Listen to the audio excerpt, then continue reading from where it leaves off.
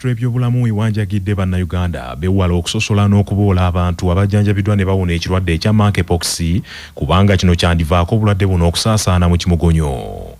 Alipoota ya Ministry Yebyobulamu evannyuma eraga nti abalwadde kaakano baweza 22 abaakazuulwamu ekirwadde ekya monkeypox mu Uganda. Obulwadde bwa monkeypox bwasooka kuzuulwa mu disitulikiti y'e Kasese okuliraana ensalo ya Uganda ne Congo mu bitundu by'empondwe era nga abakyala babiri abaali embuto bwe baali beesoze Uganda nga bazze okunywa eddagala mu ddwaliro erimu. Ministry Yebyobulamu egambye nti kaakano disitulikiti 9 mu Uganda ze zaakazuulwamu ekirwadde kino okuli Mayuge, Kasese, Kampala, Wakiso, Nakasongola, Kagadi, Wakiso, Amuru ne Mukono. Alipoota ya Ministry Yebyobulamu eraga nti e Kasese baakazuulayo abalwadde ba monkeypox 4 ate nga abasatu bajjanjabiddwa ne bawona. E Mayuge abalwadde 3 bonna baasiibuddwa ate wano mu Kampala baakazuulayo abalwadde 6. Mu disitulikiti wa Kiso baakazuulayo abalwadde 4, Amuru, Nakasongola, Nakaseke, Kagadi ne Mukono yonna baakazuulayo abalwadde omulwadde omwomu. Alipoota ya Ministry Yebyobulamu eraga nti ku balwadde 22 abaakazuulwa 7 be baakajjanjabwa ne bawona ate nga 2 embeera yaabwe yeraliikiriza era nga bakyali ku bitanda mu malwaliro. Dr. Daniel Kyabayinza akulira ebyobujjanjabi ebitali bya malwaliro mu kwogerako ne Kyabasa agambye nti ebikola eby'okusosolanga abantu abasuusa ebirwadde ekyabulabe kiviirako n'abantu bangi okwekweka n'ebirwadde byabwe. Petwasooka nabo baawona dda namba z'okweyongera kisinziira kutuyamba nti okumanyisa abantu kugenda kumatira mu myezi 3 nabwe muba mulina abantu 22 siraba bulwadde bwe bweyongera ekitegeeza bye tukola gyebiri birina omugaso kubanga kati kyetusinga okugamba nti abantu betusiibudde malwaliro nga bagomye mulekeraawo okubeekanasa kubeeboola okubaboola boogerako ebitali bituufu kubanga kijja kwongera abantu butavaayo kujja nga balwadde tuleme kutandika kubaboola kubanga ekyo kigenda kutuleetera obuzibu. Dr. Daniel Kyabayinza era agumizza Bannayuganda nti newankubadde ekirwadde ekya monkeypox tekinnaba kukosa nnyo bantu wadde okubatta, gavumenti erwana bwezizingirira okubafunira eddagala erinakigema. Vaccines tuzeetaaga naye tezinnatuuka. Obulwadde bupya tebwakatuuka mu Uganda. Abalina vaccines bazikola nga bategekedde mawanga gaabwe naye enteekateeka ez'okufuna vaccines zaffe doses 2,000 ziri mu kkubo era ekitongole ky'ebyobulamu kyatutegeeza zibe zinaatuuka. Monkeypox yakatta abantu abasukka mu 200 era nga mawanga ag'enjawulo aga Africa agakoseddwa ekirwadde kino amalala kuliko Democratic Republic of Congo gye yatandikira, Rwanda, Burundi, South Africa wamu ne Kenya. Manya obuvuno obuddo obw'eddemberyo tonyigirizibwa ddemberyo ery'obwebange. Ddemberyo akutusibako nana habo mouthwash ly'eddagala ettuufu yennakakasa mu kujjanjaba endwadde z'amannyo. Amannyo gakuluma bw'ossaayo ekyokya oba ekinnyogo gagasannyalala bw'osenya ovaamu olusaayisaayi oba ogayiza ludda lumu. Senyesa nana naye weegendereza abafere tebakuguza kappa mu kutiya. Musange mu famasi zonna. Yakakasibwa National Drug Authority nga bali wamu ne langi wa Global aleetawo enjawulo ku bisenge. Weefunire langi ya Global ku hardware yonna ekuli okumpi. Global Paint, a reliable product. nga bali wamu ne Baluswata Property Consultants batunda ettaka ku nguudo zonna eziyingira n'okufuluma ekibuga. Va mu by'ettaka lyakulukuta ennyumba ya kyama basange ku ofiisi yaabwe Kyengera opposite Orange City essimu 0704 80 1905.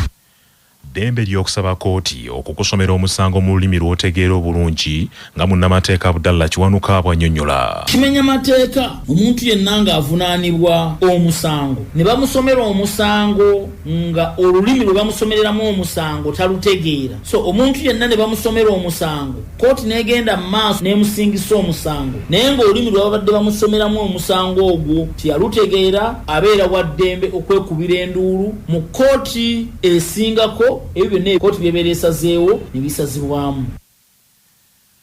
Abakulembeze b'obusiraamu ekibuli beeyamye okukwatagana ne ofiisi ya Nnaabagereka n'ekitongole ekya Nnaabagereka Development Foundation okubunyisa ensigo ey'obuntu bulamu eyatongozeddwa Sabbiiti ewedde. Supreme Mufti wa Uganda Sheikh Muhammad Shabani Galabuzi abadde ku ssomero lya Jagenda Primary School ekiteetika Kasangati Town Council ku mawuledi y'okukuza amazaalibwa ga Nabbi Muhammadi n'agamba nti bagenda kwongera amaanyi mu kubunyisa ensigo ey'obuntu bulamu mu masomero g'obusiraamu gonna.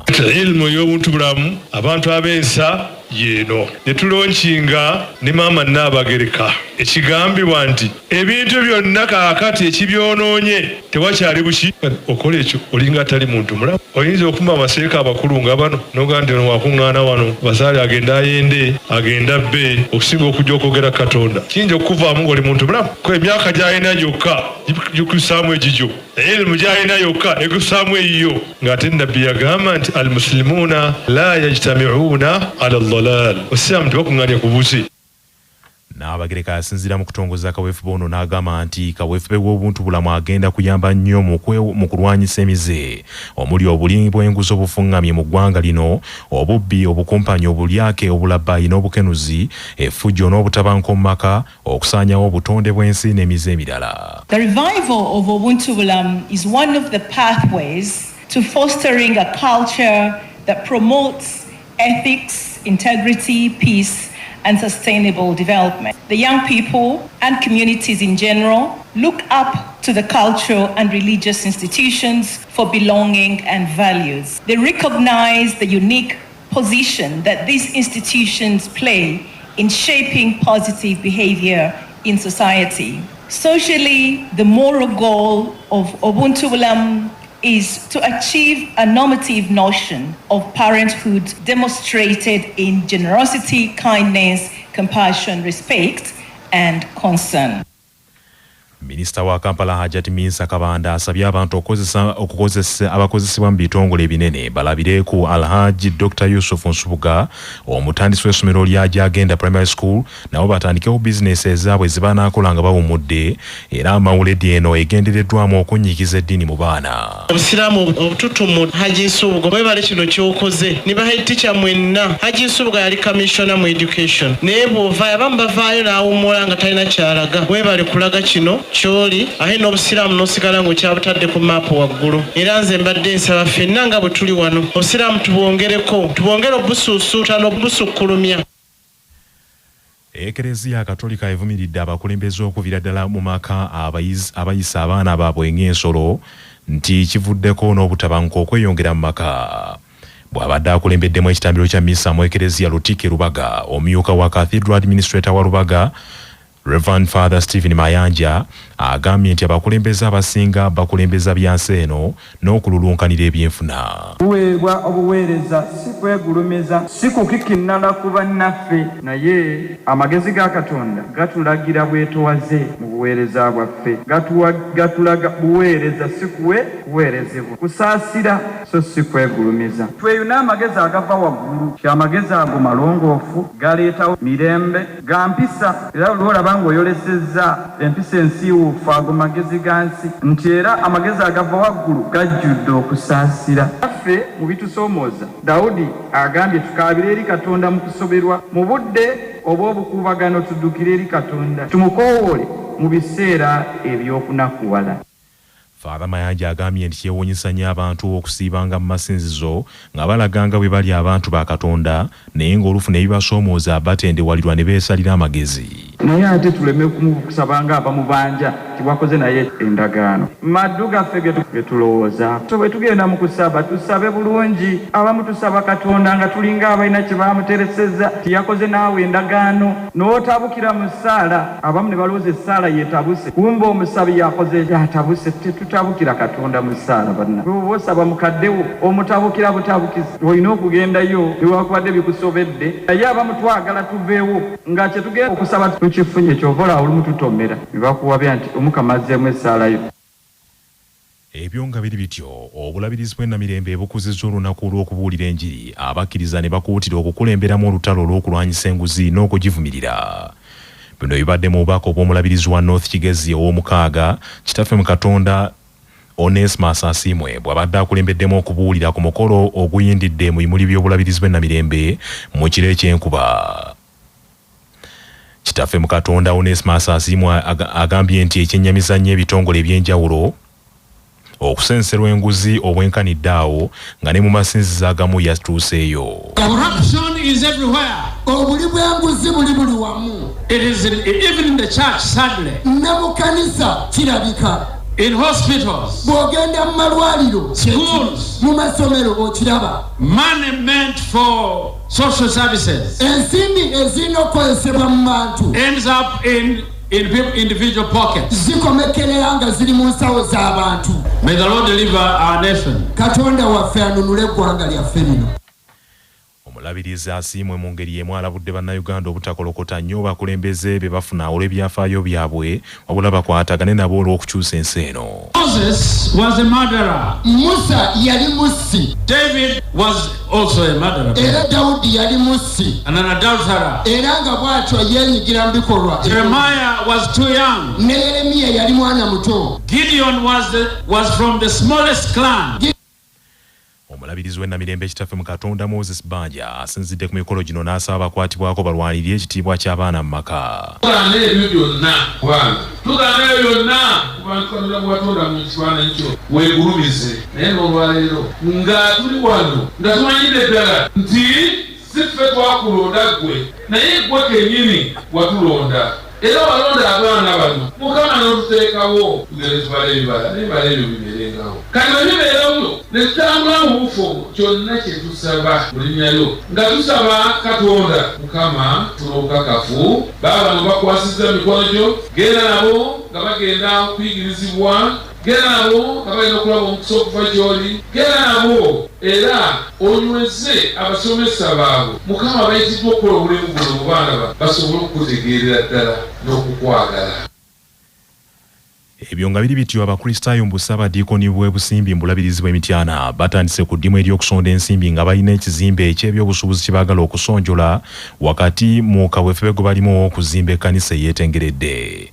Omusasi waffe James Kaana Ssebuguzi kabituwe. Mu kusaba okutegekeddwa leero ku kitebe ky'Obusaabadiikoni buno ku kkanisa ya All the Saints Church Ebusimbi mu kibuga Mityana ensimbi obukadde 64 ze zisondeddwa nga 45 ku zo zibadde za buliwo. Abakristaayo bano bagenderera okusonda ensimbi obukadde obusoba mu 200 eza Uganda nga baliko ekizimbe ky'ebyobusuubuzi kye baagala okugula wakati mu kaweefube gwe batandikako okuzimba ekkanisa esobola okweyimirizaawo. Venerable Frederick Kironde nga Ssaabadinkoni w'Obusaabadinkoni buno bwa Busimbi agambye nti baluubirira okulaba ng'ekkanisa eno eriko emirimu gy'ekola egivaamu ensimbi okuvujjirira emirimu gy'obuweereza. Nti munakkiriza ensangi zino kizibu nnyo institution yonna okuyimirirawo nga yeesigama ku ebyo ebigabibwa oba ebiweebwayo mu kibbo kubanga ekkanisa ng'oggyeko okuyimirizaawo abaweereza ekkanisa kye kiddukiro ky'abantu abatalina gye baddukira bamulekwa baddukira mu kkanisa abalwadde baddukira mu kkanisa bannamwandu balina okuyambibwa. Okusonda kuno kukuliddwamu Ssenkulu w'ekitongole ekirondola ebyempuliziganya mu Uganda UCC era yali minisita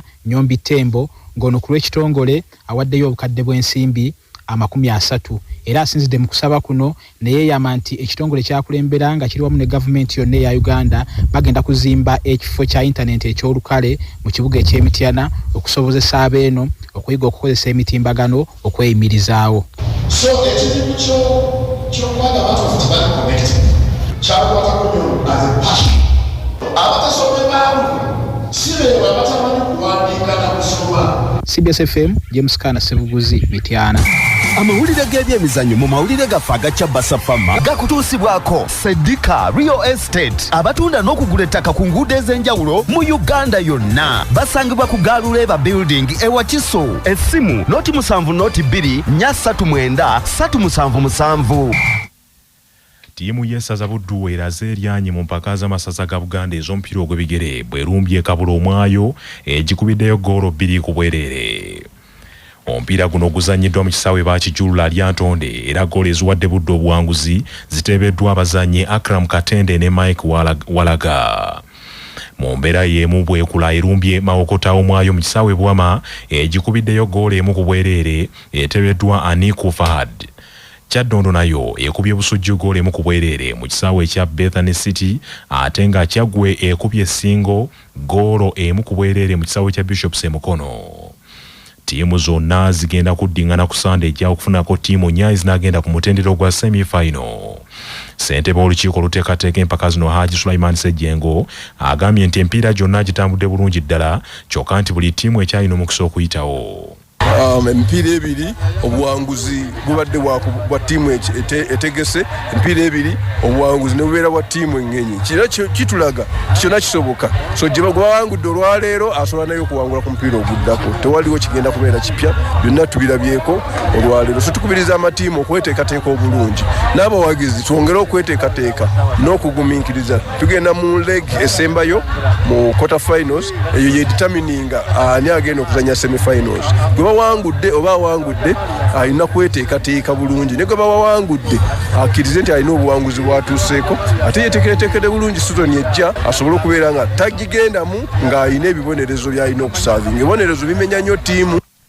Ate mu mpaka za Premier League y'Ebungereza, abawagizi ba Manchester City n'aba Arsenal omupiira bagulabisizza mannyo, ttiimu zombiriri bwe zigudde maliri ga goolo 2-2 mu mupiira ogubaddeko n'obugombe. Goolo emaze gobe mu kibya ye goolo ya Manchester City ey'ekyenkanyi eteebeddwa mu ddakiika ey'omusanvu mu ddakiika omusanvu ez'ennyongereza. Amawulire okuva ebweru w'eggwanga gakutuusibwako Kajansi Progressive Secondary School eweeza Kajansi mailo 7 ku lw'Entebbe, essimu noti 7 noti 6 emu 6 emu emu emu 6. Omutawaana gugudde mu ssaza Alabama eri Amerika. Abasajja abatemu bazinze ekifo ekiwumulirwamu ne basumulula emmundu okukakana nga bassa abantu 4.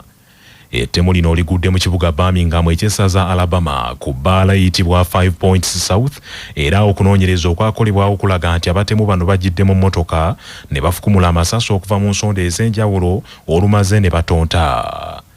Omuduumizi wa poliisi mu kitundu ekyo Scott Tolmond agambye nti abaseddekezi bano babadde n'ekiruyi era olumaze okulumba olulumba luno lubadde lupange nga poliisi eteebereza nti omu ku battiddwayo yennyini abadde yeetaagibwa.